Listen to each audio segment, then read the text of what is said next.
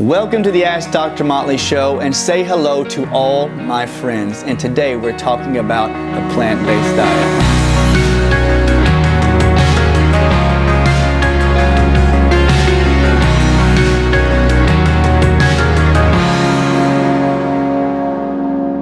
There are so many benefits of a plant-based diet, whether you're vegan or vegetarian, because of the rich nutrient sources within plants. Because plants give you minerals, they give you vitamins, they can even give you proteins, and some can do a bit of carb action within your body. So you get this conglomerate, is that the word to use, of all these different types of nutrients within one source that can feed you particularly to create energy, detoxify, and to actually build more stamina and strength. One to rule them all. Those are the benefits. Now, the plant-based diet may not be for everyone because there's so many options out there. There's the keto diet, there's a paleo, there's a Pritikin, there's a pescatarian, there's even one called a flexitarian. Which one's right for you? Well, if it's plant-based, I always ask my patients, after you start plant-based diets, do you get energy? That's the number one goal for a diet. Now, there is times when you start a diet where you have a die-off. When you get the right nutrients, the right vitamins, the right minerals within your body, you will actually increase your immune system, and for a bit of time, you will actually feel detoxification. I don't feel so good. Maybe for 2 to 4 weeks. But after that, you should start to build energy slowly. So for patients, I say when you start the plant-based diet, you should start to build energy gradually. The second thing is you should start to watch your sleep. If you can start to sleep through the night, you know the diet's good for you.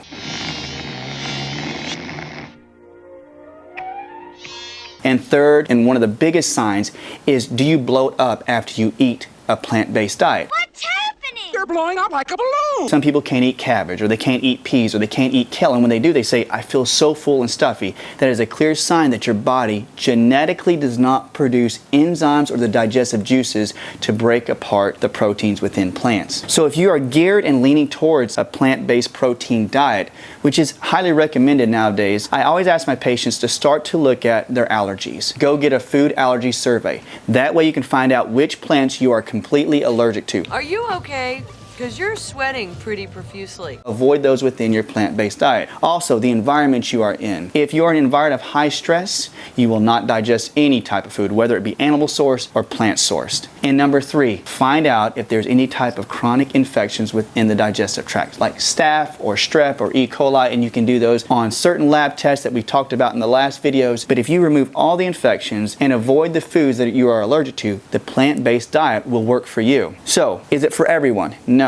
And the reason being is this. I'm a thinner body type. They say my body type, the thyroid body type, is very accentuated by high amounts of B12 and iron. So you find lots of B12 and iron in red meat. So that's why some individuals will eat something like a steak or a hamburger or a piece of lamb and they feel so strong and they go through the whole day. But remember, if that's the case for you, it's because it's geared for your genetics. Your body creates the enzymes, the digestive juices to tear apart red meat, fish, any type of animal source protein. Now, when you eat plant-based and you feel so good, you feel like everything drains out of your body, you're detoxifying, you feel lighter, it's because you have the tendency to create all the enzymes that are geared to tear apart plants. So, if you're one of those lucky ones who can tear apart all plant proteins, go for it. Follow those rules I just put up, and you will see huge benefits from going into a plant-based diet. I use myself as an example. My mom's a little Korean lady.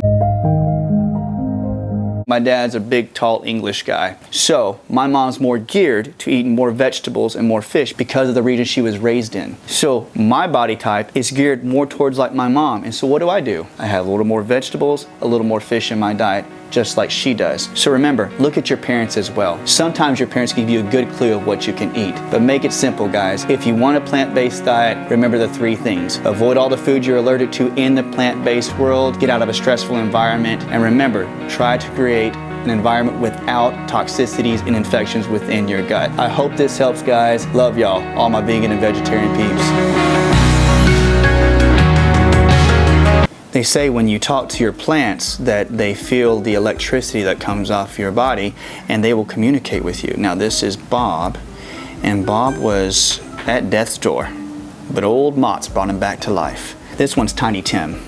Tiny Tim came to me as a gift, and he's thriving. If you look behind it enough, it looks like I'm in the jungle. This is Rebecca. It's the only time that I can consistently talk to a girl one-on-one without looking like an idiot. And this one's named Knight in Shining Armor. This one's Mr. Miyagi. Mr. Miyagi. Is there a Mr. Miyagi right here? This is Tom. Like Tom, like a turkey.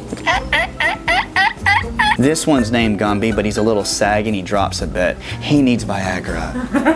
Yeah. Yeah, can I say that? Please do it. Like